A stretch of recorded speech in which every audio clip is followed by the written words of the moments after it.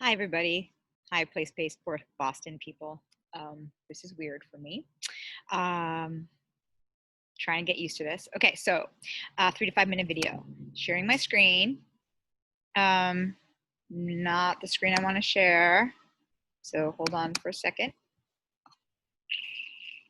This is the screen I would like to share. So as I've said maybe multiple times at this point in the class that I am going to be looking at the abolitionist monuments in Boston. And kind of look, we're going to read a little article about that I found on BUR about how most of the abolitionist memorials in Boston are to white people, mostly white men. And there's a lot of, but Boston had a very active Black abolitionist community.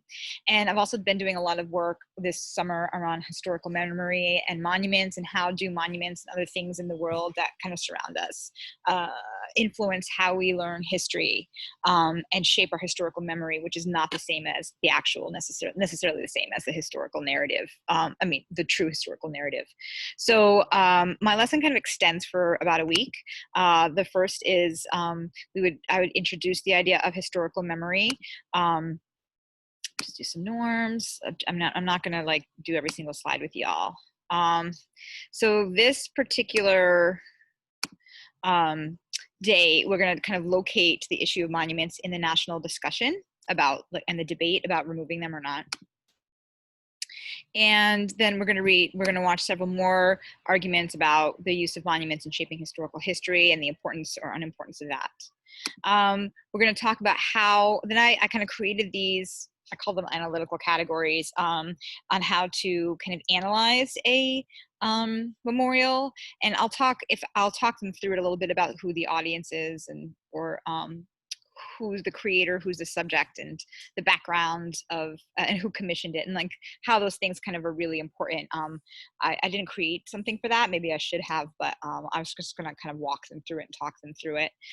So we're going to use these categories: name, date, location, artist, commissioned by, subject, design, inscriptions, material, and other. And then, oh, sorry about that.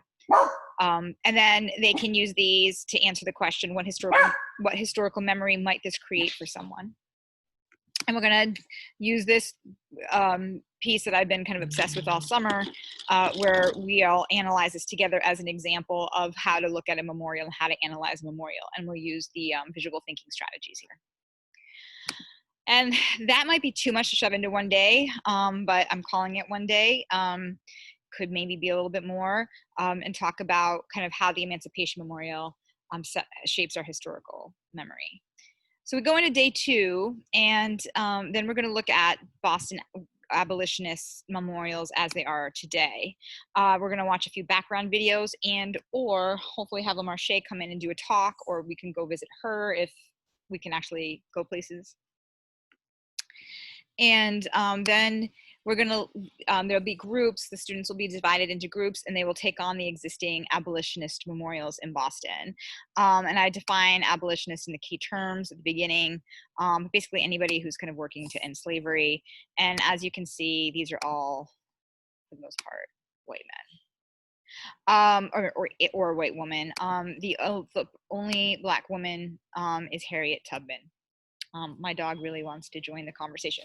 Come on. Yeah, okay. It didn't work so much. Okay, get down. Sorry. This also may take more than one day, and they're going to just research the information using those analytical categories. And there's a handout I've created where they're going to analyze a memorial in their group, and so they could split up the work. Hopefully, they have access to laptops, etc. And then the exit ticket will be, what have you learned about abolitionism, and how does this shape or reshape our historical memory? Moving on to day 3, what they're gonna, now the issue is they're gonna, they're gonna continue this work, but they're gonna kind of share out like in a jigsaw what they've learned from the different memorials, and then come to a conclusion as to what is the historical memory that these memorials are giving to us. So, and I'll be using a scavenger hunt consensus sheet from the Boston Debate League. So they can look at like finding evidence and reasoning and then come to consensus. So that's that day. That should take all class. And then we get to solutions. So what are we going to do about it? And I mean, you could choose this in different ways. I just chose to do it my original thought, which is they can choose their own adventure. They can either work in a group or work by themselves to pick an abolitionist that they believe. Well, I've already given them the choices for them to do some research on and then design a memorial. And again, this may take more than one day. I'm just kind of putting it there as a general idea. So I have, these are the different abolitionists. I've got most of these names from the article I read on Cognoscenti. I'm not giving them the choice of Frederick Douglass. Apparently that's in the works, 1, and 2, then everybody would want to do Frederick Douglass. So I'd rather like take names that students maybe most likely, sadly, have not heard of, and learn about them. And then what we would do is we would have a share out. And there's also some handouts I will give to them to determine how to help them design the memorial that I've adapted from Facing History and Ourselves. So I've created a folder, there's an answer key, there's resources. Thinking I probably forgot a bunch of things, but I think it's fairly comprehensive, and there's a lot you can do and go places with in this particular lesson. So I am going to end this video, and hopefully it works. Thank you.